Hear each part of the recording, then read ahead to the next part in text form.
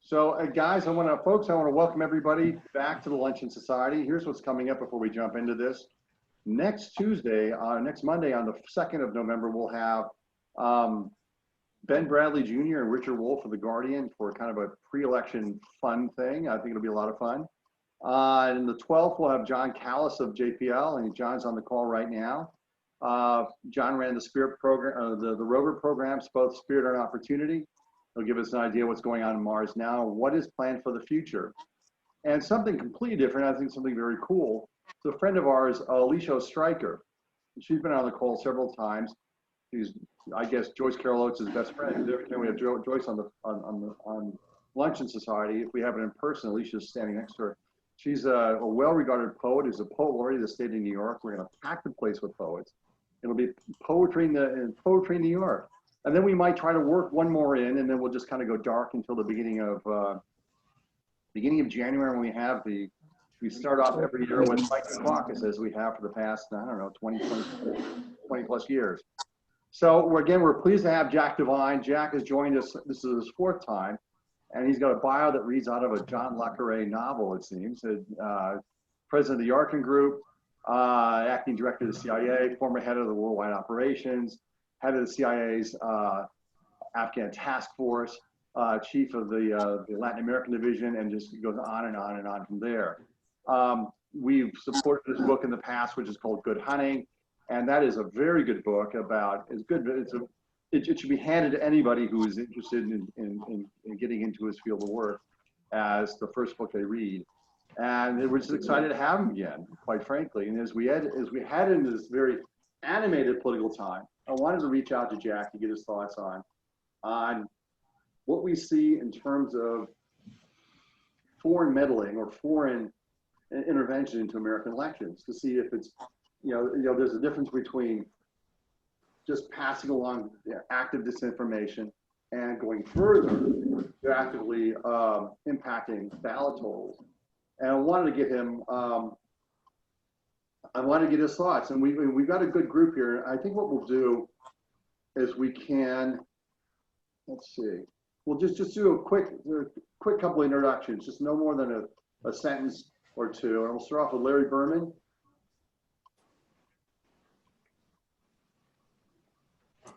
Okay, unmuted, right? Yeah. Yeah, just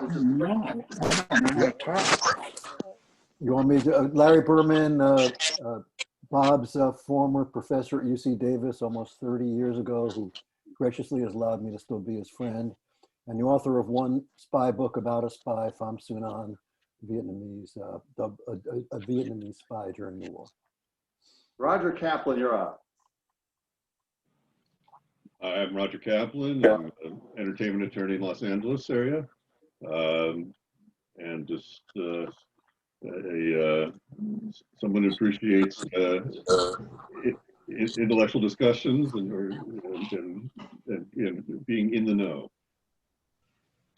Barry, you're up. Hi, I'm Barry D'Agostino. I am the co-founder of the Association of Content Media Providers and Users. I'm also the director of library rights management at MGM right now. And I was gone from the Luncheon Society for a while, but I've been back this year and I'm really happy to be back. So thanks. Like the Catholic Church, you never quite leave. Karen Mitchoff, you're up. Oh my goodness. Okay, hi, I'm Karen Mitchoff. I'm a county supervisor here in Contra Costa County, which is just east of San Francisco. I've known Bob for many years, and another friend, I don't see him on today, and I'm just really enjoying these intellectual conversations. Ben Bradley, you're up.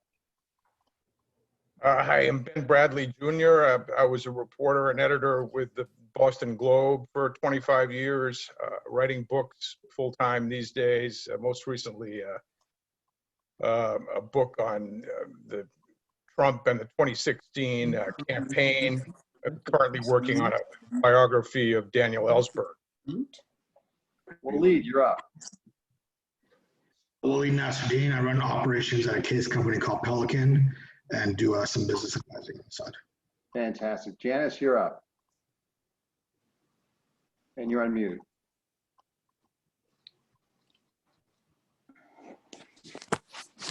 We'll come back. We'll come back to you, Janice. I can't. You're on mute still. Mary Wallace.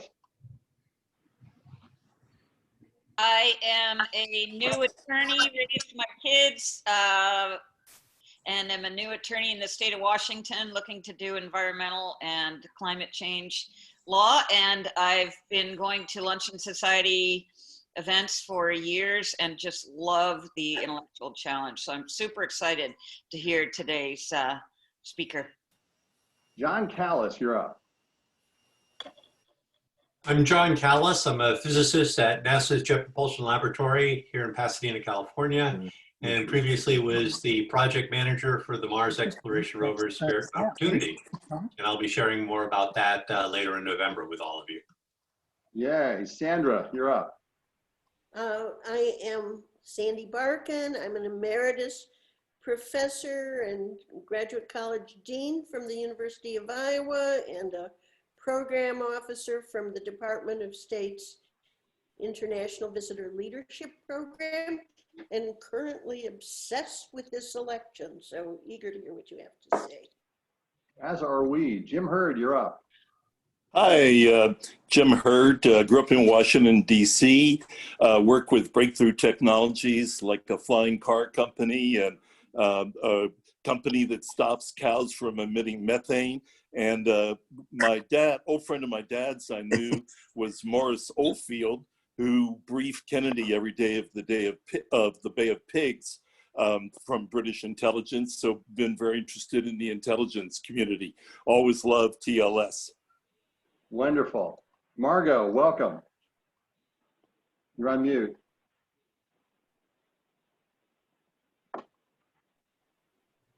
Still on mute. I'm Margot Alexander, a newcomer. One thing I have loved about this period of time is that one can check into so many more interesting things without going uptown or downtown. I live in New York. I'm an escapee from Wall Street and spend my time on philanthropy and waste too much time waiting for this election to come to an end. So thank you for having me. Susan Ravens, you're up.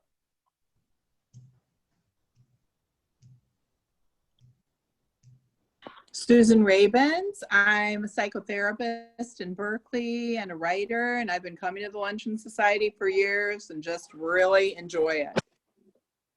Craig, you're up. Craig Newmark, run a philanthropic funding group, formerly Craigslist, and now I'm funding a number of broad efforts, including broad spectrum information warfare, countering disinformation, active measures, working on cybersecurity. I'm real interested in the civilian and non-governmental organization intelligence field, since I seem to be funding a fair chunk of it, and more concerned with domestic disinformation than that originating from our adversaries, since our adversaries got the domestic groups going and now don't seem to have to spend much time on that. Rick Mallory, you're up. Hi, Rick Mallory. I'm a real estate attorney in Los Angeles and a friend of Bob since I think #2 Luncheon Society meeting, and follow him where he goes. Vincent, you're up. Vincent Caprio, founder of the Nano Business Commercialization Association. My association has been working with the NRO and the FBI for 20 years in regard to theft of intellectual property and industrial espionage. So today's conversation and author is very close to my heart. So thank you very much for letting me on the call. Perfect. Anthony Viscusi, you're on mute. Still on mute. We'll come back to you. Bernard Whitman, you're up. Hey, I'm Bernard Whitman. I have a brand strategy, insights, and political consulting firm here in New York City on the left or correct side. I want to say the right side. And I'm just glad that Bob puts up with me. Nina. Hi, Nina Rumbo, and I am retired from events, and I enjoy the intellectual stimulation and very much enjoy this time, like Margot said, where we are able to do so many more things in sitting in our chair than I could possibly accomplish in one day. Judy Palek. Hi, I'm Judy Pelnick, and I'm I was hit and run by a car, so if it looks like I'm in my bed and moving, I am kind of on the sofa. So I apologize if my picture doesn't look, whatever. I'm here today, want to hear something more interesting, because if I keep my eye on the news that I'm about to be a handmaiden, well, not me, my age, but all the daughters and everyone that I know, I might just, wish that the car had hit me, harder. So I'm looking for hearing just something a little lighter, a little different today. So thank you. Sure. Susan Altschuler.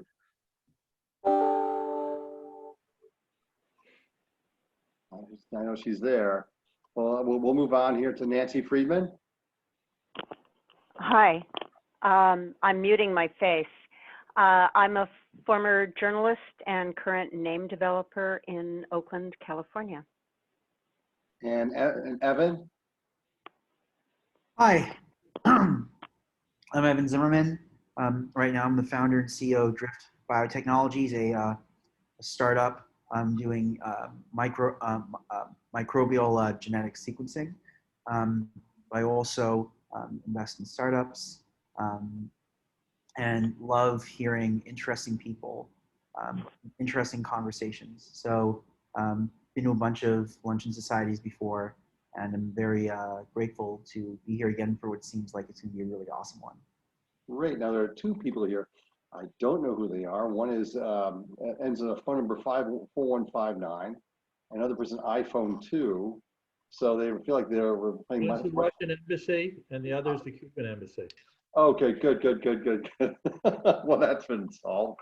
And before we go, let's see, two people we kind of went. We didn't hear from Anthony Viscusi. You're on mute too. I can't hear you. That's okay. And Janice? Hi. You muted me before, so I didn't unmute me.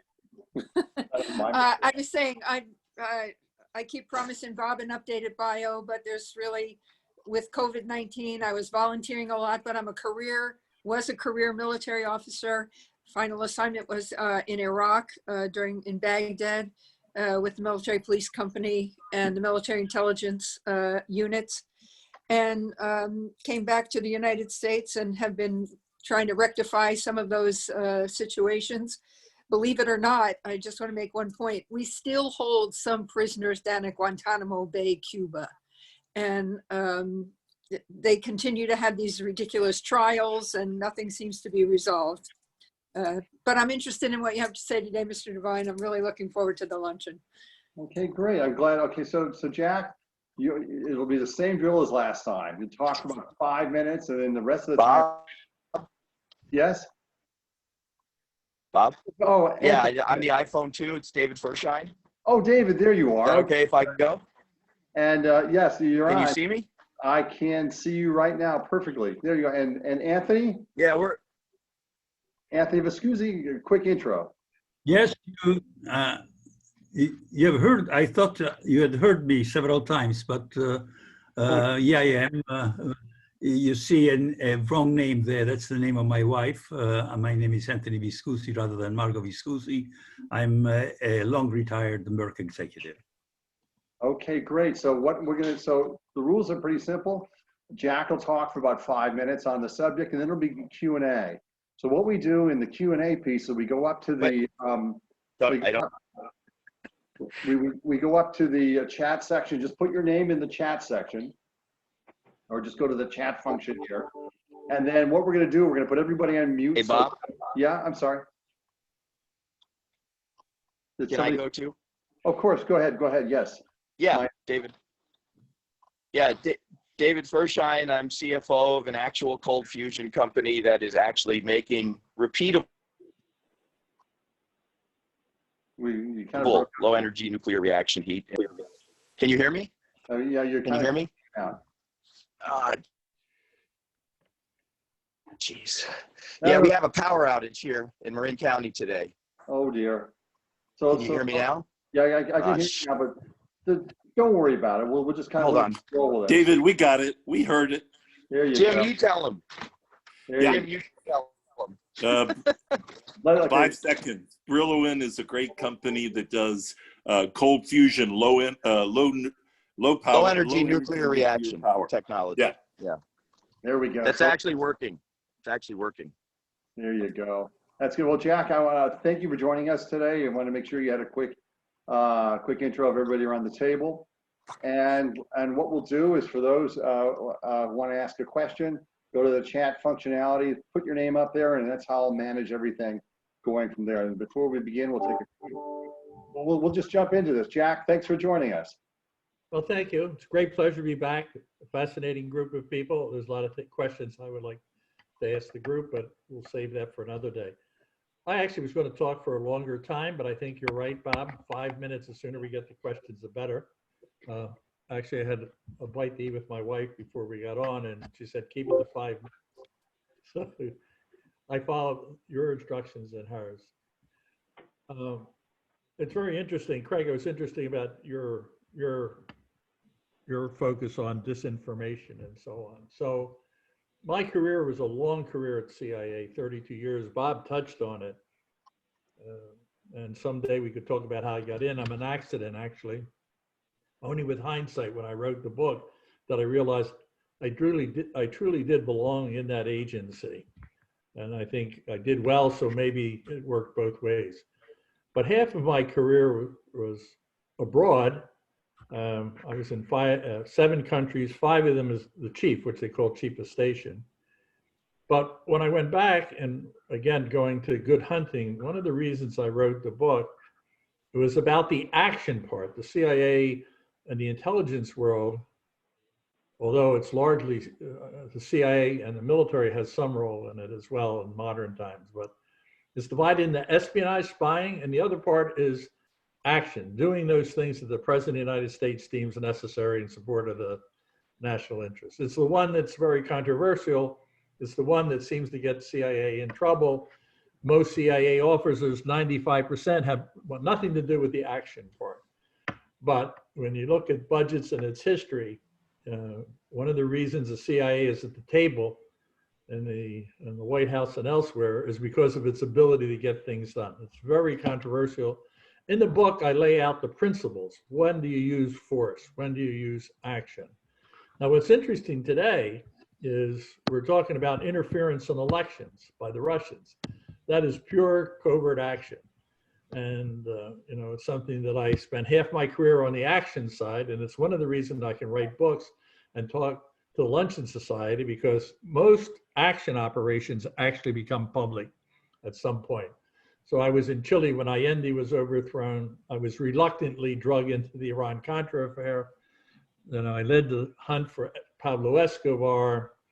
And one of the things that I'm most associated with inside and outside of the building is the struggle to drive the Russians out of Afghanistan.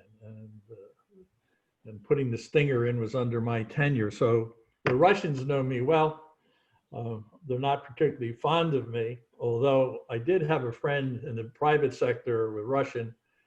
He wanted me to help him on something. So he went to the KGB and asked, what did the KGB know about me? So they said 2 things. I don't know if this is true, but I like this story. One was I was the last person to talk to Salvador Allende alive. That's totally not true, okay? The second part, they said is, well, he gets the job done. So I took that as high compliment when your adversary says, that guy gets the job done. And I think what he was talking about was Afghanistan. But I also was their guest back in July of '91. And for those who track Russian history, August of 31 was the uprising in Russia and the government fell and Yeltsin. So I was there a month ahead of time. I was actually supposed to meet with the head of the KGB. Instead, I met with the deputy. And you remember my history. It's a bit like the mafia, you know, it's business. So you can fight across battlefields, but you can still sit down and break bread. And I didn't think anything that I could push down to the deputy. And then a month later, I realized the chief was out unsuccessfully leading the coup against Yeltsin. So there's a long history with me with Russia. The book Good Hunting is about the action part. Some of it's Russia, some of it isn't. But the new book coming out, you can get it on Amazon on pre-order for the paperback. The hardback will come out in January. That's my hope. And in March, the paperback. That book is called Spy Master's Prism. It's my look at the fight against Russian aggression. And it starts at the beginning of the Russian intelligence service until today. And I say today because interfering in elections and aggression in the United States has been a long struggle. But there's a big difference between my struggle in the Cold War and today. And I want to just quickly underline it. One is Russia is no longer a communist state with an ideology that we're struggling with all around the world. It's a nation state, a nationalist state, worried about Mother Russia and protecting all of its equities. Putin is an extraordinary nationalist, but his mindset was set in Eastern Germany. And I'll get into that in the question. Someone will surely ask me about it. But he has a very clear vision of the world. And part of that is making the West weak and destabilizing. It's not that he wants a coup in the United States, but the weaker we are, the more effective he can be. And he hasn't deviated from it. And so today, when we're looking at election intervention, in fact, let me jump ahead. When the Russians intervened in 2016, I was skeptical about it at first for two reasons. It made no sense to me. There was the KGB that I knew, what they wanted was stability. They didn't want to take a chance. And we have had a long-standing, you'll hear people refer to the Moscow rules, but there's one generation of people in CIA that think that that's, what do you wear? What disguise do you wear when you're in Moscow? The older generation, my predecessors will tell you how far back it goes. We had an understanding with Russian intelligence. And that is, we're not going to counterfeit money because it's going to destroy both economies, the world economy. We're not going to beat up each other's officers. Now, that was broken on one or two occasions, right, on both sides. But by and large, there were rules. One of them that evolved after Stalin particularly, we were not going to interfere in the internal affairs of Russia, and they were not going to intervene in ours. There was a blip in '84 during the Reagan run-up in which the Russians started fiddling around, and it was a very low-end, very unsuccessful effort. They were dabbling. So the shock to me was the rules were broken, and very few people are focusing on this. The fact that the Russians, not that they collected the information with the DNC, it was the fact that they hit the go button. In other words, they took the information and made it actionable. That was a real sea change. And in the intelligence world, that should have been focused on in a way in which the rules have changed, and now how are we going to respond? And coming back, Craig, I don't think we have a strategy for disinformation. I think there's a general lack of strategy on how to respond. The theme of the second book is really the fight against the Russians and their interference and struggle with us never stopped. Even when the KGB looked like it was on its last legs, they were still running operations. And then with the rise of Putin, the FSB, SVR today, have grown powerful. The difference is the GRU is now, the military part of Russian intelligence, has taken on an aggressive role in the cyberspace. And so when you go back to my efforts in Chile to defend the opposition, if you will, this is very controversial, so we could spend a day on that. I would spend a lot of money giving people to put up signs or publish an article. Today, each one of us here can mobilize hundreds of thousands of people with information, disinformation, not all intelligence operations disinformation, some of just getting the truth out. So the power of cyber is the real revolution in the intelligence world. And the fact that Russia is no longer an ideological, but a nation state. But I think most people are missing and getting hung up about, is he helping Trump, they helping Biden? You need to stand back and say, there's a different objective here, which is basically to keep it destabilized. So no matter who wins the election, Russians' cyber efforts in the United States are not going to diminish. And I would make, you know, a final point about these operations, and that is, when you look at it, the election part, as important as it may be, is small potatoes compared to their main mission, and that is, how do you collect intelligence? They've R&D their defense program, the United States, over many years, just like the Chinese. They've gone in and stolen intelligence information, but they're also now embedded so that they're in a position to shut down infrastructure in a crisis. Now, you know, we're not going to read about it, but my own sense is that so many of our high-end military technologies are compromised. And again, you know, people can disagree on this, but what I'm dead certain of is that they continue the effort, not only now meddling in elections, but also very effectively getting into our system. So read about the Iranians. I think, you know, the Russians, when I last looked at Microsoft, they had 54% of the attacks were by the Russians and 24 by the Iranians. The Iranians are interested in the outcome of the election because they want a different administration to deal with. The Russians, really, their objective is to keep us off balance, and they're in it for the long haul on this other defense-oriented side of it. So I think I've hit what I want to say in terms of the threat is real, it's enduring, and I want to come back to what I said to Craig a minute ago. I don't see a national strategy about disinformation in general, but I also don't see it in the national security arena. What are we going to do now that the Russians are involved in our elections again? Now we'll see sanctions, but is that going to be our response? And I do think we need either administration must get back to getting some ground rules on how we are going to behave towards each other. Because if they don't stop, it's almost a foregone conclusion, no matter which administration is in over the next few years, we are going to start going into the Russian systems and start fiddling around in a more aggressive way. So let me just leave it at that, and then you can ask any question on any subject. I welcome it. Okay, in fact, I'll start first. Myself, Larry Berman, and Jim Hurd, and Judy and Sandra will start. I'll tee up the question about Putin in his years in East Germany, and you can elaborate on that because that's one of the things you had talked about. So I think one of the keys to everything, if you're looking at Russia, is Putin. This is not a Politburo that has to balance out different interests. Now, every politician, every political figure has to some degree, but he has much more power as an individual than Brezhnev had, okay?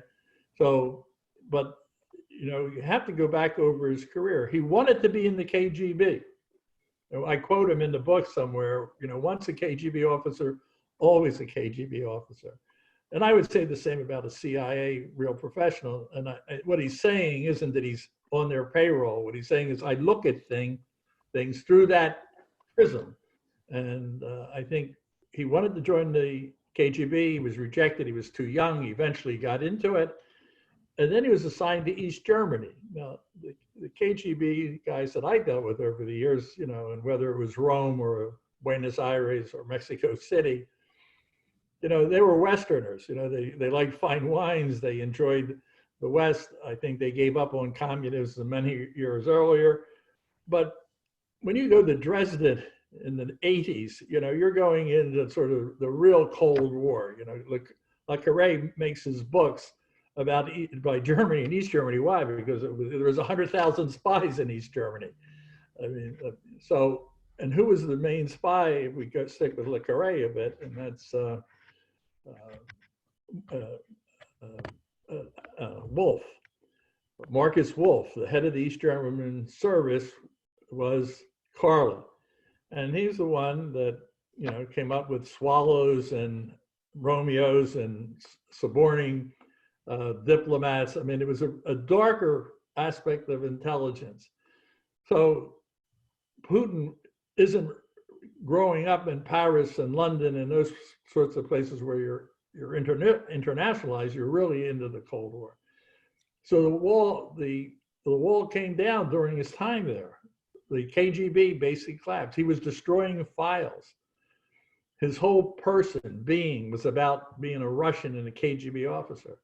And he never got over it. He says he doesn't. He said that, you know, the fact that the Soviet Union fell apart is the biggest single failure of the century as far as he's concerned. And then he goes to St. Petersburg and becomes an aide to the mayor and begins to learn how money moves and how you operate politically. So Yeltsin took a liking to him, you know, and put him into his circle. And an FSB, which is like being the head of the FBI, where you learn the domestic type of intelligence. And then finally, the good old boys decided that it was time to take someone that they could control, so they brought Putin in. He was not viewed as a powerhouse independent person, but he was so good at manipulating situations that he emerged as the powerhouse he is today. But when he looks at the world, he looks at it with a Dresden view. He's still in the Cold War as far as the United States is concerned. He still sees it, you know, a zero-sum game. And while he may try and put on a charm offensive, and Russia is not the Soviet Union, it's a much weaker economic state, and it doesn't have a philosophy to share with the world, a view of it. The Chinese can offer an alternative, not one that appeals to me, but the Russians have nothing to offer. But he is executing the Cold War strategy. Unite the countries around your border, suborn them so they're part of the new Soviet Union without labeling it. Get a warm water port, go into Syria. Russia is a small operation without Ukraine, historically. The Ukraine and Russia put together, now you're talking a more powerful thing. That he would go in and try and bring the Ukraine back is part of an old strategy. So he's executing it, and I would give him an A for execution of a lousy strategy, a D strategy, if not an F strategy. Because I think there was an opportunity for Russia to be part of Europe and the West and didn't have to become an adversary. I think China represents a longer term real threat. So I think understanding Putin, and the one thing that no one should lose sight of, because this is where the risks are. He is prepared to take risks that I have not associated with the KGB mentality, which I had just described earlier. The fact that he's willing to get involved in internal affairs of the United States is a high-risk game. That people are assassinated, I mean, this is back to the 50s. This isn't even a 60s strategy.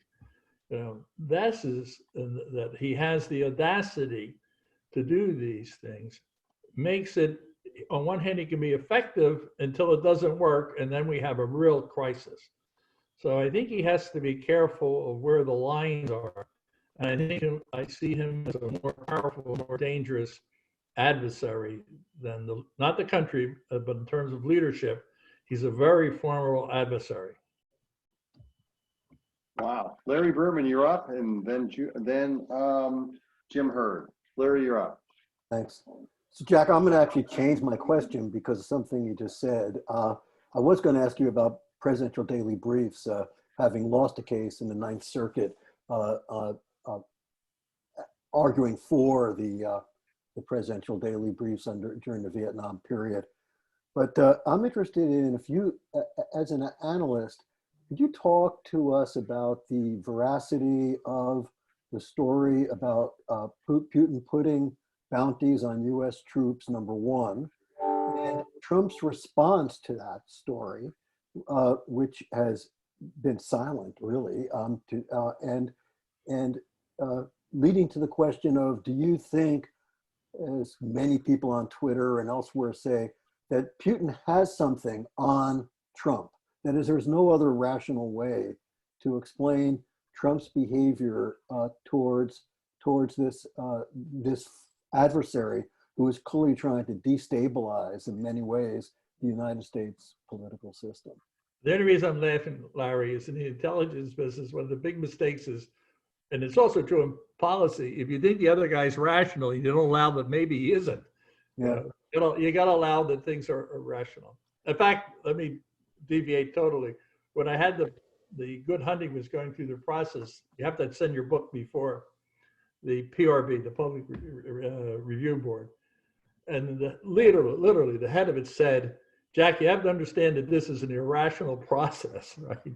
So when we were done, I went back to see him and I said, you know, you're absolutely right. And he beamed as if I was going to say something flattering. And I said, you're right, it's totally irrational. So let me come back to the irrational part of this. On the bounty, I think the story is yet to be written, but my understanding, first of all, you know, when you're in combat, you know, we were the adversary on the other side of the table. When we were fighting the Russians in Afghanistan, we weren't putting a bounty out, but we were certainly organizing the Mujahideen to go against the Russians. There was no, there didn't have to be stated, that was the objective.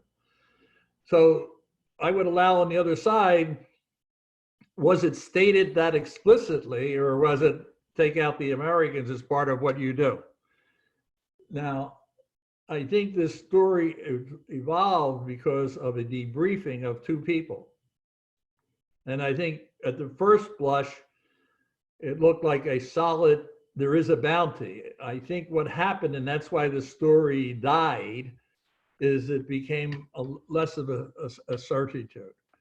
But at the end of the day, even if they put a bounty, it's not that it would shock me so much that that would happen, okay? And from where I sit, again, if I were on the battlefield, once we put troops on the ground, and let me be up front, I was for or going in after bin Laden after 9/11 with the CIA, and then subsequently added the special forces, but I was not for going in with a permanent army, and I certainly wasn't for a permanent army or an army going into Iraq.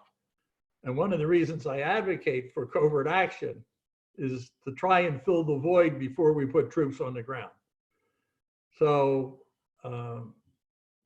my point coming back to it, when you're on the battleground, the field, the other side, once you put a uniform on, you're in combat. So I have a slightly different take on it, and I think what I would say is I'm not sure exactly what happened. My understanding is that it wasn't quite as explicit as it was originally played, but even the newspapers started to back off because I think it tended to have less ground. On the is Trump a spy? I think the Atlantic interviewed me early on on that question. This is, you know, and I would just tell you, of all the spy cases I know, whether it's East Germany, United States, Russia, you know, the ability to recruit a president is really unprecedented. And you say, well, he's unprecedented. The risks that are associated with it are so immense. In fact, Marcus Wolf, when they replaced, when it wasn't actually Schmidt, the chancellor, it was one of his staff.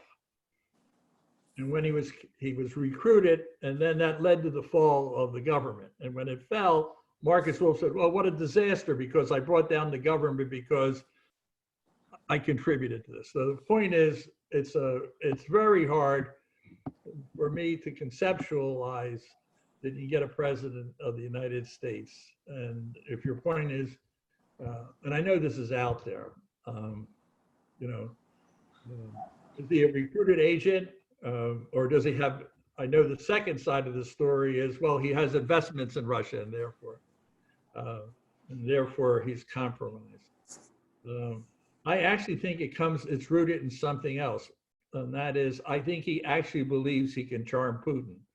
And I would tell you that my experience in the books that I'm writing, you're wasting your time. He has a very clear objective and he's focused on, he's not going to be charmed by anybody. So I think I would not put much, I don't put much stock in that. The other thing that I think you need to look at, Larry, is that a lot of things have happened against Russia under Trump. And if you start with the Ukraine and putting the Javelin missiles in and the sanctions, so there's a gap between his words and actions, just like there is between Putin and his actions. So, you know, if you're an agent, they don't let you put in Javelin missiles to shoot Russian troops. So I'm not buying up to that, signing up to that one. Yeah, just to be clear, I wasn't even trying to insinuate, and I don't think that he's recruited as a spy or an agent. I do think there could be a formidable hypothesis that from his business dealings, there are some shady things that Putin has, or there's photographs or whatever. And that's the only thing I wanted you to answer. So it's fine. This is fascinating. I would think on that point, if there were, I would think that somewhere that would be known and that would come up. And I don't think if anyone had it over the last 4 years, I think it would be be on the record. I don't think I don't buy it. I'm sticking with my own, and that is that he has the president has a view that personal relationships, because that's how deals are done, business deals, that somehow he can sit down and talk Putin into and hustle him on a deal. And I've sat around a lot of tables internationally, and I'm always impressed. I can list the top 10 countries and that you might think of as our allies, and they all show up with a very fixed agenda, and it's very, very hard for them to deviate from it just with, you know, fine wine and fine chat. Anyway. Okay, good. Jim Hurd, you're next. Let me give you one last point. Oh, yes. The only way that you really ever find out what's really going on is when that defector comes out and gives you the inside story. So I think we've been shy. I mean, there's been some, and I'm sure there are sources in there, but the best of my knowledge, no one has come out that has the ability to answer exactly. I'm giving you my view of it, but I don't think there's anyone that is saying this is his strategy because we have hard proof of it, pro or con, as it relates to Putin. Wow. Jim Hurd, you're up. Great, thanks. Appreciate it, Jack. 2 quick questions. One is, what's your quick take on James Comey? But the more detailed question I wanted to ask was, I was a big fan when the dossier came out, and I feel that maybe 90% of it perhaps is accurate. And one of my friends who I talk with regularly is a woman named Alexandra Chalupa, who set up demonstrations in front of Paul Manafort's house in April of 2016. She's pointed out to me that one of the weaknesses of the dossier is that Manafort is not almost mentioned at all in the dossier. So I was interested if you have any thoughts about why Manafort is not really in the dossier when he seems to be clearly one of the most important conduits between Russia and Trump. Well, let me take your first question on Comey. I mean, these are hard questions you're asking, but that I said I would answer them. So sure. My exposure to Comey, I always found him to look like he was, you know, a serious professional, right? And I was okay with that. And where I have parted ways is with it when he testified. And there's a part that as a career professional, And this is not about, this isn't whether there were emails, not emails, and how it was Hillary. When he describes how he handled the discussion with the President of the United States, that he wrote a memo, and I would submit to you, anybody that sits with the President of the United States has a classified memo. But if you didn't make it, okay, got it. Maybe this is the one exception, you decided you weren't going to classify it. But this is by his own testimony, and if you want to correct me, feel free. But this is my record of Washington. He gave that memo to a friend, okay, which you really shouldn't take a memo, even if it's unclassified. It does discuss the friend handed someone else. But he did it, and You're saying he should not have written anything not have down. given it to someone else. Right. But what he says is he gave it to that person knowing that it was going to go to the media. Okay, this is his testimony. And then he was hoping that that memo then would provoke a special investigator. I can't tell you how far apart we are on my understanding of how we handle information.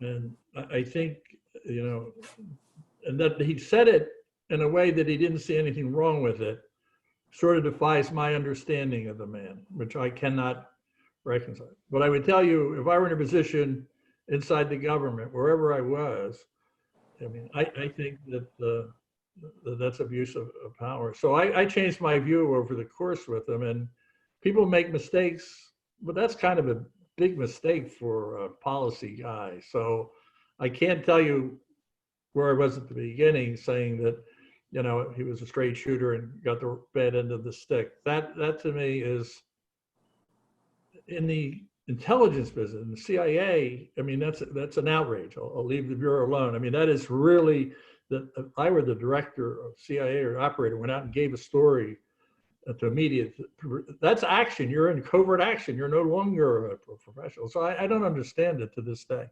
You didn't feel that he was maybe worried. You didn't feel he was maybe worried that the CIA could be compromised, and this was a way to document it in case Rod Rosenstein or somebody decided to cover things up.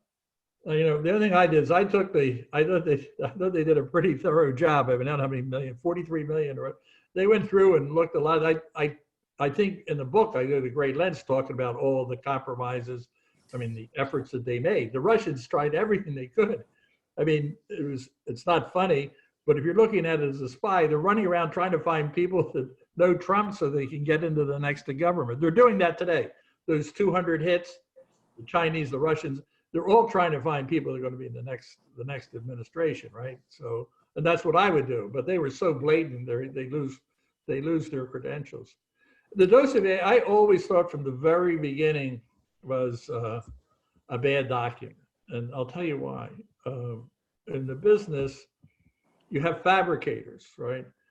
And the problem is when you get, if the document had said that Donald had an affair in the hotel and they got a picture, yeah, that's good old KGB. Well, then when you start to go into the graphic parts of it, it's what people do when I said, this is not, I've seen hundreds of these in different ways. That's where the fabricator tries to juice up the story. So, and I think today it's, I mean, I don't know this woman or anyone else, but I think everybody, the FBI, CIA, everyone is on record that the dossier is a highly flawed document. And why the FBI needs to hire the Steeles of the world is beyond me either. I mean, why would you hire him to produce a report for? I don't know. But most of the meetings that were described turned out to be true. Maybe not whether the golden shower was true or not. Most of the meetings mentioned in the dossier, which was news at the time, turned out to be true from what I gather. The very best fabricators, again, this is a big part of the business, and that is sorting out good information from bad information. Now, the advantage of an operator running cases is if you get one report, it's hard. If you get two reports, it gets easier. If you have a stream of reporting, after a while, fabricators give themselves up, right? So you can say, okay, the first report you don't know, but it was the glamorous part of it. But a fabricator starts with a lot of facts. The second thing is most of the good fabricators understand whatever they're writing and they extrapolate. And there's a lot of times where I actually feel like I could write an intel report about what's happening in the intelligence community today without leaving Ocean City, New Jersey, because I've been involved in it and I can extrapolate exactly what took place in the meeting.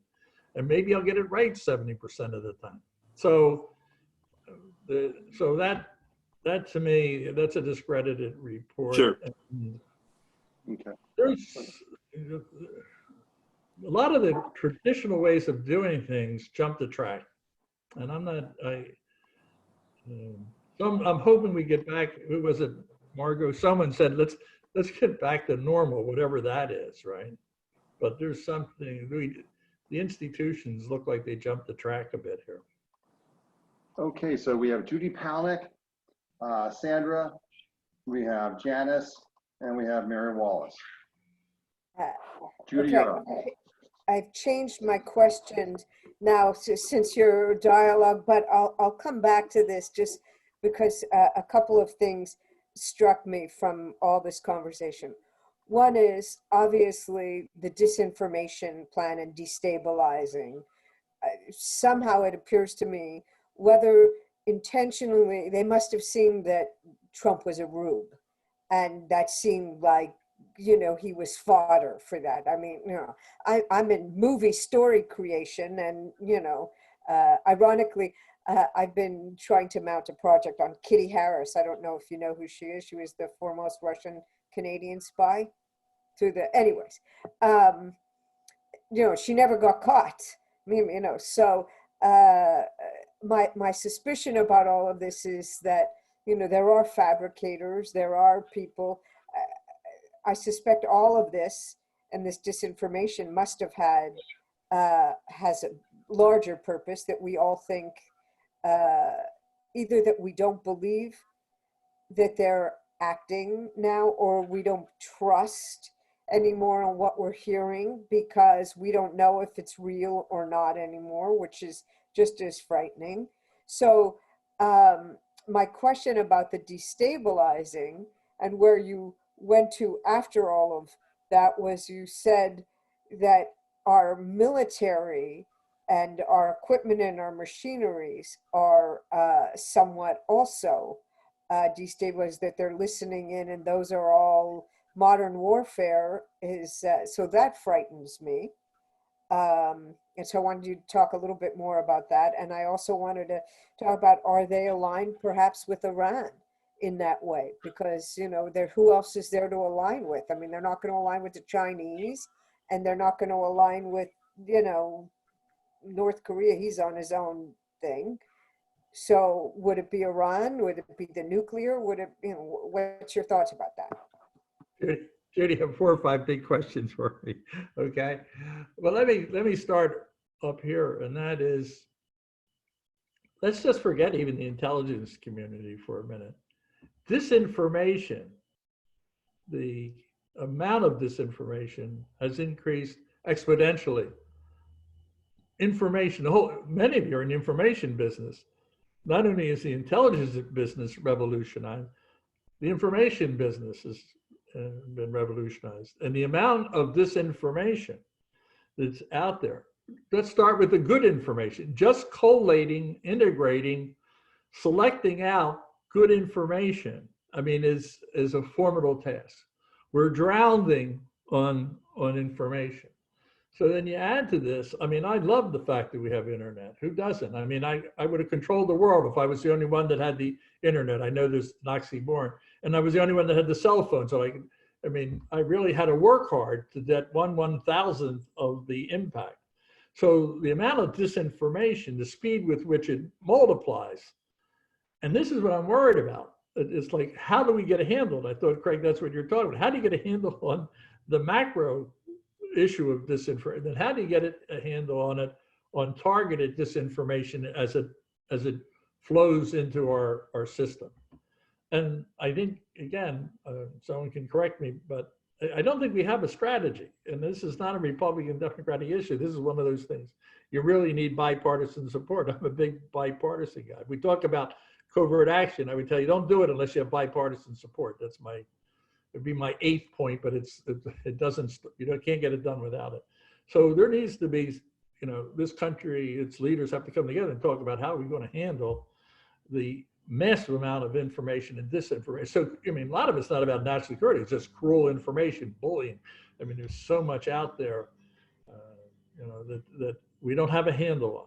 So when you come to, does he provide fodder? Everybody, it's the possibilities are limitless. Unlimited. The problem for spies is, well, what pieces do I use and how many options do I have? And what, if I put it in here, what comes out the other end? So I think the whole question of disinformation as a society is important, but the threat and how we use it, how do we use it? How are we going to use it in our world? I want to be more specific about the defense thing. There's one part where you steal the information, and the second part is how you undermine the system. In other words, you embed things in our system that if we actually tried to fire a missile, it didn't work because they were successful in embedding a block in there. And if you look at Iran, not too long ago, you'll notice that their whole computer system in one area of the defense went up in smoke. That wasn't an accident, right? So you must assume that the Russians are working, very effectively. So and this is what I mean. We're not reading the stories about it. I hope we're on our game. Now, one of the things that happened to the national budget, and I understand it, that is when 9/11 came, we went from 70% of our budget on Russia to 10% because we had to fight terrorism and involve troops on the ground and all that. There was a great gap, and they're starting to change that because I actually want to give myself, this is really not my character normally, but in the writing of the book in 2014, I said terrorism is going to drop in the size of the problem. It's going to be a problem for sure. But the nation state problem is coming back. So the amount of money and resources and trying to stay in this game, I've been around a long time, and I really have, I'm hoping that the CIA and NSA have been as effective during this time of combating terrorism as the Russians have. They haven't had to deal with it in the same scale that we have, and I think they've spent a lot of time looking at us, and I think we are in a precarious position because of it. I can't prove this, but there are a lot of clear markers out there that will tell you that they've been at this in the media. Okay, Sandra, you're up. Did we lose her? Sandra? You might have lost her. She might be, there she is. You're on mute. There you go. Try again. I was going to ask a question that was a version of Larry Berman's and with a little bit of Judy's in there. And so I'll just do a quickie here. One of the things that's striking as we talk about Trump is with regard to this issue of disinformation. As information came out last week, we have the administration playing up Iran and playing up China and downplaying Russia. And it seems to fall into this question of why? Why are we downplaying the Russia? And so where is Trump on all of this? When you walk in the CIA, it has engraved on the wall a quote from the New Testament. That's the only thing that's on the wall, and it's, you shall know the truth and it will set you free. And if you have CIA personnel, what's your job? What is your job, your fundamental job? I would say there should be one on the other side, but I'll talk about that in a minute. And that is to provide the truth, the facts. And whether Iran's up 5%, down 5%, and Russia, that should be reported, undiluted, straight out, straight from the shoulder. Let the chips fall where they may. You have a large community, 17 different agencies have a piece of it. But I think someone's mentioning earlier, briefing the president every day. I mean, there's a huge responsibility And I grew up in an institution that had very high regard for it. When I was the chief of the counter-narcotics center, it was there was a large analytical group, and I just didn't like the way they wrote it. I thought there should have been a period and maybe a semicolon over here. And they screamed and hollered that I was politicizing, right? So they were very sensitive, and I laughed at it because I thought, this is what you want. You want people to be hypersensitive. And I think the arguments made for the invasion when Colin Powell went to the UN was probably the most regretful moment. February 6th of that year, I remember it because I sat there looking, you're going to regret this, boys. And here is a signal and intelligence piece. I mean, it was like you were making a case instead of providing your intelligence in an undue way. So let me be clear about, there should be a reality within the intelligence community, and that needs to go to the table. It's my understanding that that information is going, and there's some tension today, and it's very clear political intentions, and that's why I think the CIA, the FBI, and the State Department, the people who can fight with that, ought to be run by the professionals. There are people that spent their career are not allowed to talk about their political preferences, and I think we're better served by that. But you know, we've had a long tradition, and State is probably the one that'll argue most. But FBI has been lucky; they've had, you know, a 10-year tenure. But I think the CIA, they ought to have people in there that, you know, have that marble engraving in there when they handle information. And I think it's most unfortunate if people are playing and downgrading or upgrading. So and that it usually comes back and hits you in the neck. First of all, the truth will emerge one way or the other over in time. And there is a reality.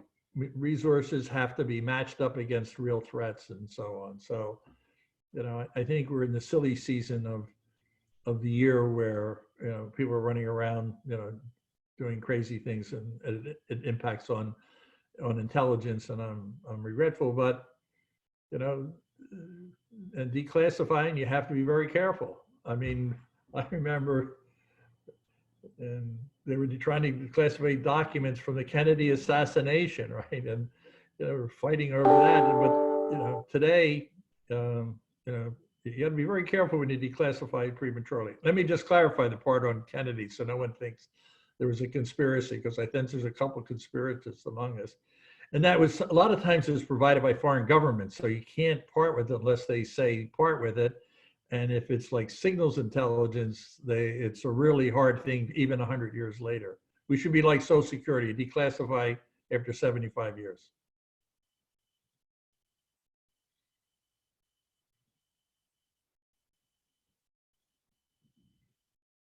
Okay, Janice, you're up. Sorry, I was on mute. Janice, Mary, Karen, Ben Bradley. You're up, Janice. Okay. I just want to say that once again, I learned so much from every one of these luncheons, Bob. You have educated me beyond education. And a lot of the comments that have been made, and your comments, Mr. Devine, when people, I just want to make one reference to Iraq very quickly, because when we were there, we were sending up every day, daily reps to, and they were going to POTUS. So then the commander at that time was Mr. Bremer and Sanchez. They said, you can't send bad information up to POTUS. You can't screen this, take this information out.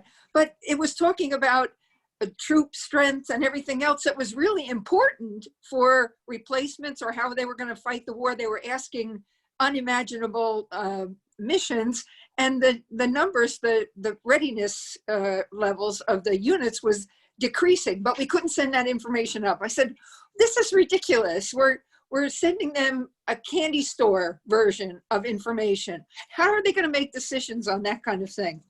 So well, go ahead, sorry.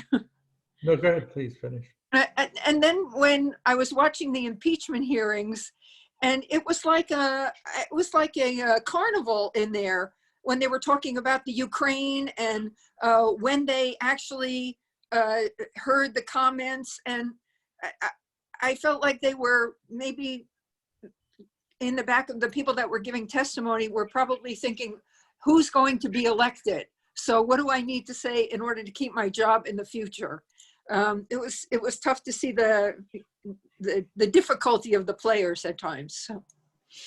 So I want to be clear. I said should be engraved in the heart of every CIA person that, the job is to tell the truth. And if you can't, you should be prepared to step down. But the CIA doesn't have a monopoly on it. I would like to think that I understand that some of the other agencies have political dimensions that they have to deal with in real terms. I mean, in the diplomacy area, you can't necessarily say everything because it could be detrimental in the bargaining table, whatever. But I think there should be truth is a really important and powerful aspect of diplomacy. Now, someone here, and I forget exactly who, Ben, it might be you, but writing a book on Elra. We go back to Vietnam. You want to know how you get in trouble and how you do a great disservice to your country is by not bringing to the president's attention or cooking the books. I mean, Profiles of Courage is a great title. I mean, and that is, people at various levels, you can't be complicit. I mean, you have to stand tall when they're fiddling with the books, and there are protest channels. So they really, and Sanchez had, they studied Vietnam. I mean, the military promised themselves they weren't going to let that happen again. And so I think, real professionals, those that spend their time in it. I mean, you try to train young people, tradecraft. It's a good word in the spy business. It's like being a plumber. You teach them as an apprentice and so on. And that is, part of it is, how do you evaluate information? How do you consider it true, rumors? And then you make your best call. You can be wrong, but you have to call it the way you think the facts are telling you. It's the beauty of a real analyst. And I met so many brave analysts. One of the things on the narcotics one, I remember, we had a community. That meant every agency was involved in the Counter Narcotics Center. And we did an estimate at a time when we saw heroin going up, and this is going back years. And we were the ones responsible as the Counter Narcotics Center to write the assessment. And 5 or 6 of the other agencies voted against the assessment because they didn't want heroin to be a problem, because then they'd have to devote resources, and there was some of the military. And I think we were accused of politicizing. What I liked about Bill Casey, because he and I have different, Iran-Contra, I told you, reluctantly involved. That's one where the train got off the track for sure. But what happened, he allowed me to dissent on our own report. In other words, we sent the report out under the name of the community saying, no, heroin's not going to be a problem, and the CIA dissented on its own report. Which, why do I like that? It was a moment in time. It didn't change the course of the drug struggle. But the fact that you can dissent on key papers, that's got to be part of it. There has to be escape paths to allow truth to go where it must go. Great answer. Now we move on to Mary Wallace. I'm sorry, go ahead. I just said thank you. Thank you so much for all of this information. My question, I'm very worried about cybersecurity intrusions in the US. And we have Trump, who's acting almost like a libertarian. He's sidelining all our experts in our media. He's defanging our regulations. And then we have kind of a side government with Kushner acting in ways that Pompeo should be in. So I just watched a documentary about Richard Holbrooke, and he was such a large character that when he was involved in discussions between countries, those countries knew that he stood for something, and they were a little bit in not fear of him, but it doesn't seem that right now we have any government representative who can stand strong and frighten Russia on any level. What do you think about that? Well, I think, again, there's a couple of questions in here, but let me take the last one first. One of the things I've been really amazed at, I was an American, and I was very parochial. I really didn't travel in the United States very much until I got around the world. or Frank for that matter, and that is a guy from South Philadelphia, went to Canada with the Boy Scouts or something. But I did see almost all of them as far as I never get to. But the one thing that, and it doesn't matter who's president, I mean, we underestimate almost to the person how powerful the United States is and how it's viewed in the world, from the guy in the rice paddy to down in the mine in Chile. And most presidents actually in modern history have restrained from the power. And I'm not saying that's a good thing. I'm going to qualify that. But I think the fact that Europe would walk away from us, I got to tell you, is fantasy. You know, the Brits are with us, the French, the Germans, you know, no matter who insults them, whatever they do, we are intertwined because it's in their interest, and they recognize the power of this country. So I want to make, and so when a person goes out and they may not have the stature of Richard would fill a whole room, right? I mean, he had a personality. And then you put Bob Gelbar with him, the two of them, the room was falling apart from the pressure that they could generate. But an American diplomat walks in, and I know this from my time as a CIA chief, you know, I saw myself as a CIA chief. The president of most of the countries thought I controlled his country, and you're met with great deference. So all I'm saying is there's a very funny, and it's probably good that Americans are humble on this. I mean, this is not advertised. You know, we don't want to be belligerent. I mean, it's bad enough. Sometimes it's the ugly American, but honestly, most Americans are humble about their power. And most presidents, you know, they might be thunderous on a particular moment, but go back and treat governments fairly gently. So I think you have a lot of strong people because they represent a really strong country. So they may not have the pizzazz of Richard. Now, if our country was weak, then trust me, you know, you could be as charming as you want, you're not going anywhere.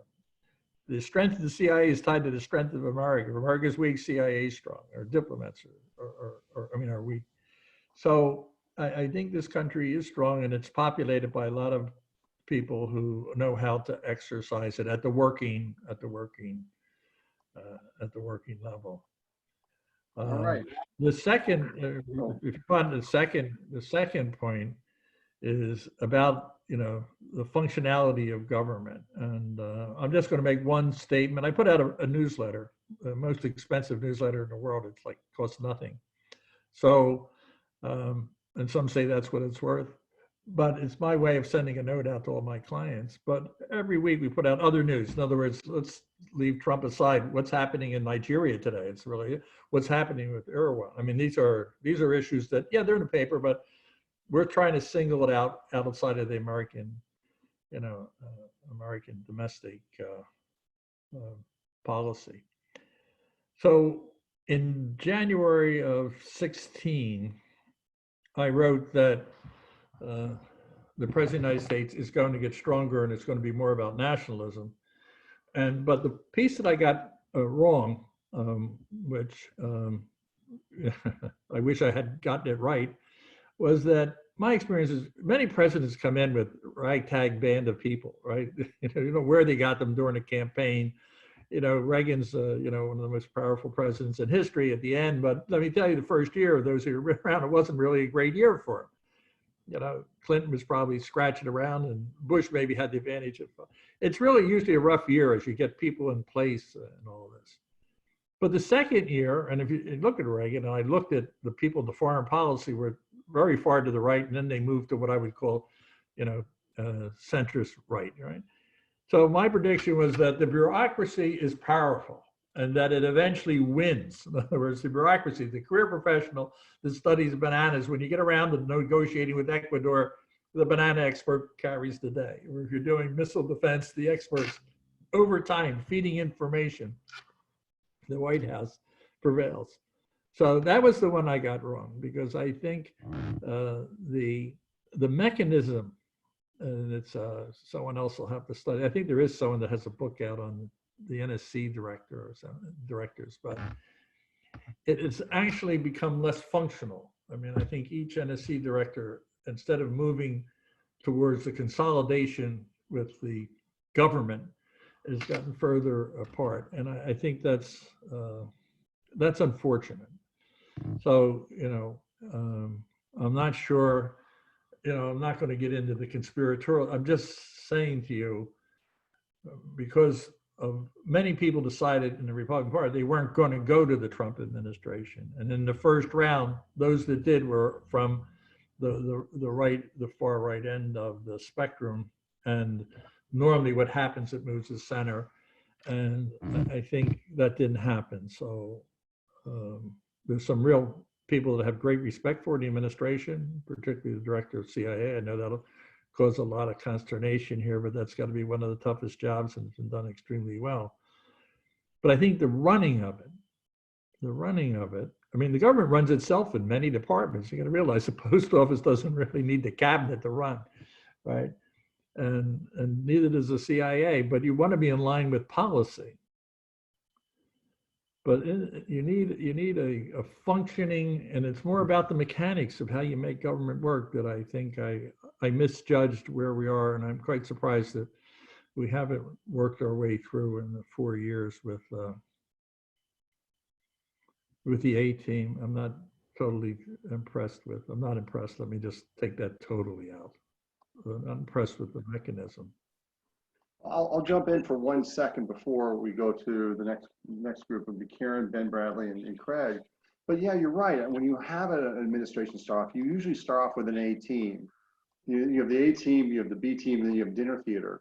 And I think in this case, there were a lot of people who would have been a strong pick for state or defense or some of the other important positions and some of the top level senior positions, but because they were never Trumpers in the eyes of a number of people at Trump Plaza, they were either bypassed, or you have the added effect where somebody might say, well, I don't want to have my name and my good reputation smeared across the 93 million people who are part of the president's Twitter handle. So as a result, you kind of almost you find yourself narrowed down to this. We have a problem. There is a real problem about public service today, and who's willing to. I went and talked to high school. It's not my favorite thing. I was a high school teacher, but the age gap now has gotten too far. The hardest talk is to get in front of like 700 high school kids between 14 and give a speech. Good luck. I've tried it. I think I did okay, but it's a really tough sell. But afterwards, I asked them, what are they doing? And none of them were going, they take the best 20 kids and they bring them in, you talk to them. None of them were talking public service. And that was a disappointment to me. Not the military, not the State Department, not CIA. Even the legal profession was not held in high regard. I mean, it was okay, great, tech, I get you, right? Criminologist, because you see CSI or whatever. But the fact that public service, the idea that you would be a public servant, and you don't even hear the word with pride. I'm a public servant. I'm serving my country, and it's not CIA. I mean, certainly there's a very deep-seated mission there, but every government employee's got public service. I'm in here, but I really want to be clear, Bob. I wasn't talking so much about the cabinet, because the cabinet, almost all of them become I always love the FBI because they come in with independent people. Within a year, you would have thought they spent their whole life in the FBI. You got to give them credit. They're really quite good at that. But it's a compliment. CIA has a mixed record on that. Sometimes they do well, and sometimes, well, the directors that don't get along with the agency tend to have a bad luck. But I'm really talking about the mechanism of the White House. I mean, how do you run the White House? And I don't know what you think of McMaster's, and I'm not. No offense to the military, I don't see military make things run. A credit, but the political part isn't so hot, so I wouldn't have been inclined to put military people in some of these jobs. But you look at McMaster's, there's a guy with a lot of terrific credentials. I mean, substantive, thoughtful. And so then you keep going down the line, and I'm just saying, usually You know, usually it gets to the Jim Baker. Well, it's hard to get the Baker, but you get to someone that has how to move Congress, the political, how do you work interagencies, how do you keep smoothness from, in the government. I mean, after a while, you need some really sophisticated political savvy. And I just don't think we got there. Okay, so we're on to Karen, Ben, and Craig, and we're going to probably hope we can run into a few minutes in the extra innings and beyond our 1:30 spot. So Karen, you're up. Thank you. And Mr. Devine, thank you for that last comment. You can do a bullet question. I'll give you really short answers. Okay. But I do want to say, as an elected official, when people ask me why I don't like Trump, there's a number of reasons, but because he doesn't know how to govern. That is his problem. And people are voting for a personality, or did.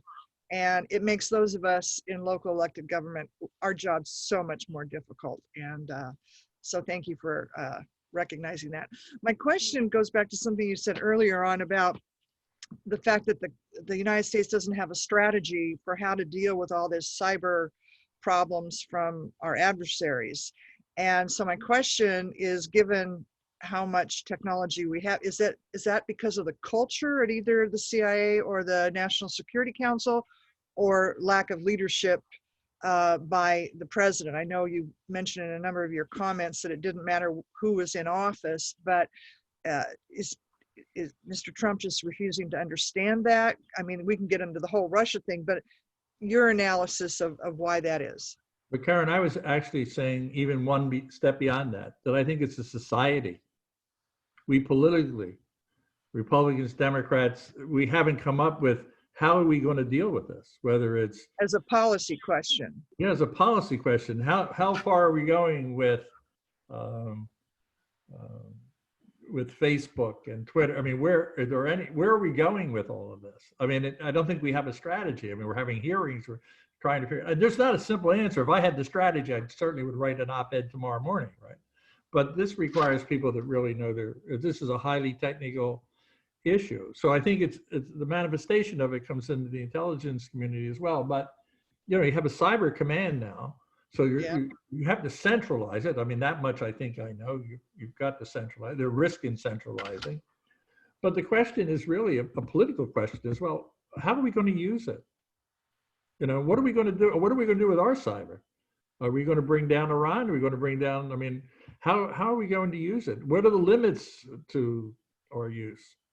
What's our policy?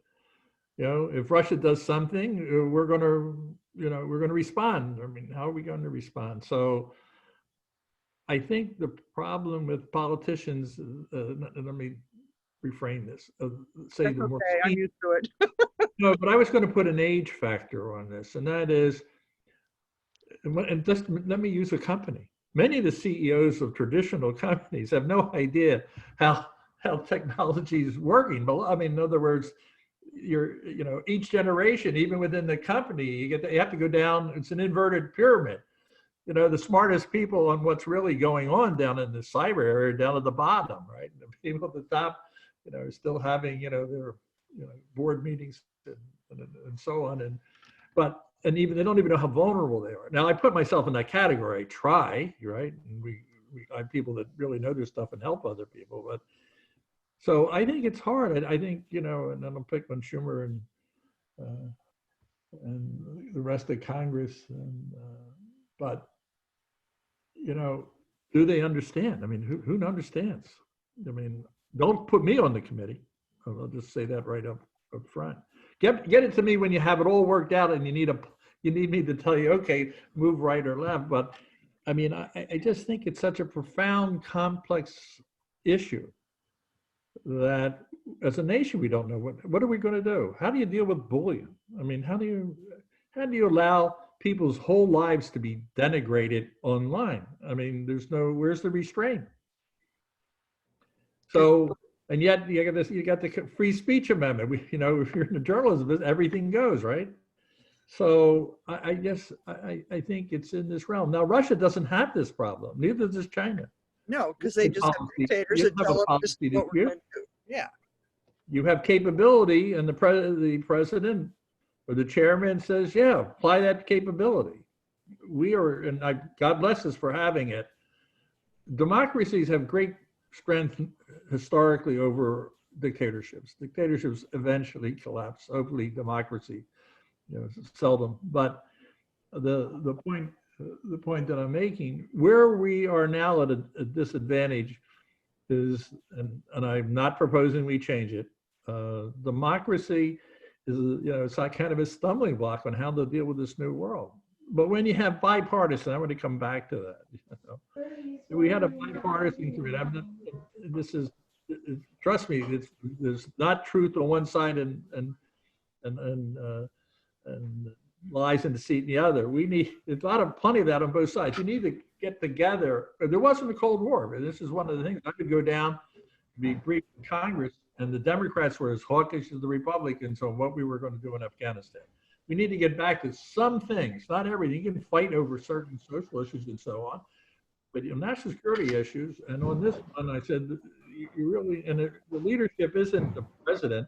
You probably need hundreds of people at the local level and other campaigning on this issue and mobilizing the American people. Where do we want to be? And that's leadership, but it's not because one guy gets elected president. You really need American consensus. We don't know what we want to do, as far as I can tell. Thank you. Okay, Ben, and then Craig, and then we may have to wrap it up, and we'll go from there. Ben, you're up. Thanks, Mr. Devine, for your comments today. You said in your opening remarks that you thought that the Russian objective in the election here was to destabilize rather than explicitly favor Trump or Biden. Does that mean that you disagree with the unanimous consensus of the intelligence community in 2016 that the goal was to favor Trump over Hillary? And just another second part there, which do you think is more of a threat now, Russian interference or Trump's own undermining of the election by putting so many chips on election fraud, which most experts say is non-existent? I agree. I think the assessment of on the election is valid, that the preponderance, not exclusive though, they're not saying exclusively. There were other efforts to undermine some of the minor parties, but the bulk of it and the emphasis of the finding is there. But the question isn't, did they support Trump? The question is, what was their objective? Okay.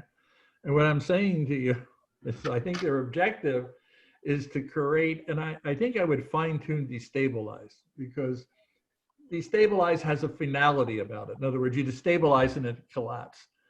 It's really keeping the West off balance, keeping it disruptive, right? So maybe that's a better word. So if you want to have your objective is having turbulence, then maybe supporting Trump is the pathway there.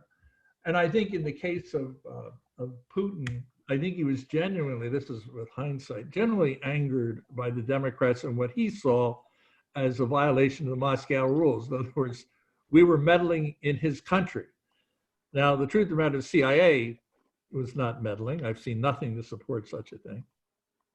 But he thought that all the, pro-democracy elements in there were a plot. I go back, he is a Dresden man. He's not looking at it. We allow a lot of people to go out and do what they want around the world. So there was genuine dislike. But I think the objective, even when I look at it, how much money was really spent by the Russians? If you're talking about, you wanted to destabilize the United States, you put a lot more money, a lot more emphasis. This was, I don't want to use the word dabbling because it wasn't, but this was not the full, if the Russians were, this is to the death, we didn't see it, okay? But they were making their points. And I want to come back, the truth of this will really be known someday, and it'll come from a defector that will say, listen, I was in the cabinet meeting, and this is exactly why we did what we did. And I said I was stumped by the fact that they did it, but I'm not disputing the fact that they did, right? So, and then your question about is Trump destabilizing and so on. I mean, that's a question that, you know, I'm not a domestic political person, but I do want to say one thing, which I think I'm going to say in my final wrap up of the pre-election period is, you know, the election could be decisive and one way, you know, decisive, and, you know, we don't have a post-election problem. But it's looking more and more that, you know, that we could have a sustained dispute about the outcome.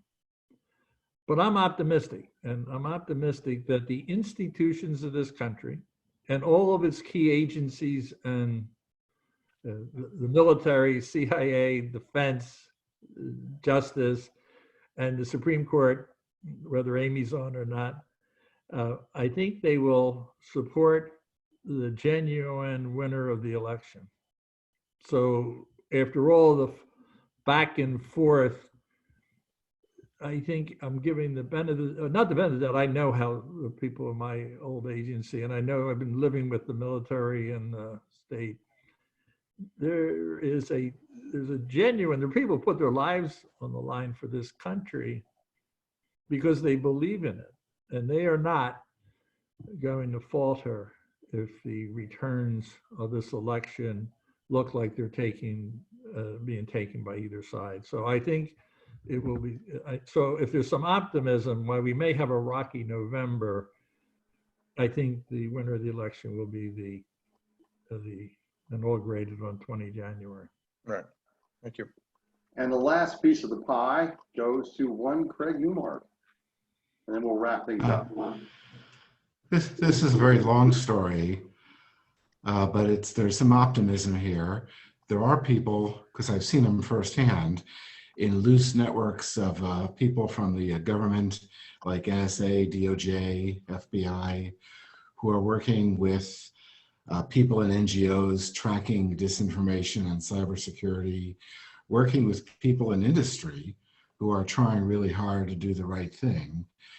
They've done a pretty good job regarding disinformation from our foreign adversaries. The problem is that many of them lack the will to go after domestic sources of information. But there is a lot of progress. There's a lot of good people in government doing a great job. Their fear is that if they're noticed doing a great job, that could be a career limiting. So there's a lot of room for optimism. I'll stop there. So I would say where we're likely to get our strategy first is in the government. I mean, in the foreign policy arena. When do you use it, and what are the? Because I think it's, as you point out, it's easier to get a consensus around how to. It's not going to infringe on the freedom of speech, right? So, in other words, how we deal with Russia, how we deal with Iran, or how we deal with any competitor or adversary will be less confrontational. How we clip whatever segment of society's wings you want to clip on this issue, whether it's the big companies or the individual that wants their full freedom, it's going to be much more controversial. That's why, and I don't know how I think we need a new generation, not to speak ill of any, Karen, I'm not focused on you, but you know, we need a new wave of political people that are taking this issue on for the good of the country and not politicizing it. And not immediately in front of me. I have optimism about 2024. I'm leaving this election alone. But no matter what happens, I have a feeling the next 4 years in both parties is going to be about the future and what types of people are going to be leading this country. And I suspect it's going to be, and I can't tell whether it's a hope or an honest analysis, or whether it's you know, a younger generation of leaders with more propensity to deal with modern issues in a way that isn't a knife fight on each and every issue. We need consensus on the whole set of issues, and I've never seen a country that's few of you of my age on this call, but I've never seen it so depressingly hostile environment. I mean, I used to go down on the hill and actually, you could have, I actually traveled. I was in London and Pelosi was there with half a dozen, she was on the Intelligence Committee, half a dozen Republicans, half a dozen Democrats. We had a great time, went out to, all the sites, went to the Parliament, and I thought, well, can I finish on one story on Newt Gingrich? Can you give me that, Bob? Sure, go for it. Yes. So I wanted to make sure I wasn't going to leave these congressmen out of my sight because it's the Intelligence Committee. I wanted to make sure I still had an office when they left. So, but we had a wonderful time. And again, whatever happened to that, I think we've all eyewitnessed it. So, but Newt Gingrich was the Speaker of the House, so he was there, and I told my admin guy, "Get me a ticket." So I'm going down with. So we went in, and they took the delegation, and a fellow came over, and he was dressed in a tuxedo, and he said, "Mr. Devine, come with me." Well, I had Newt's ticket. So they put me down on the floor. Now you can't tell by this Zoom session, but I'm 6'5". I stand out like a sore thumb. So I get behind a pole and crawl down into my Toulouse-Lautrec disguise. And I come out and I hope Newt didn't see me. I said, "Well, Mr. Speaker, how did you enjoy the session?" He said, "It was pretty good, Jack, but God, I wish I was down there on the floor with you." I told him that years later. So I wish we could laugh as politicians among politicians again. Laughter go a long way. Okay, Bob. I want to thank everybody for coming out today. It was a good group, a smart group as always. And Jack, thank you so much for your time. And when the new book comes out, we'll be here to support you and sell books. Jack, I'll get the book plates off to you tomorrow. I'm going to reach out to everybody on the book stuff for those who are buying books. Just a quick heads up, just a reminder that next Monday, same time, same station, we'll be with Ben Bradley Jr., Richard Wolf. Then we have John Callis. John was with us earlier in the call. And then we have Alicia Stryker for something completely different. And then we start the new year. And we're, even though this is our 25th year, I think because everything else has gone to hell in 2020, we're going to celebrate our 26th anniversary, masquerading as our 25th anniversary next year. So that'll be a lot of fun. So thank you for everybody for coming. Thank you. This was great. And we look forward to the next one. Thanks, Bob. Take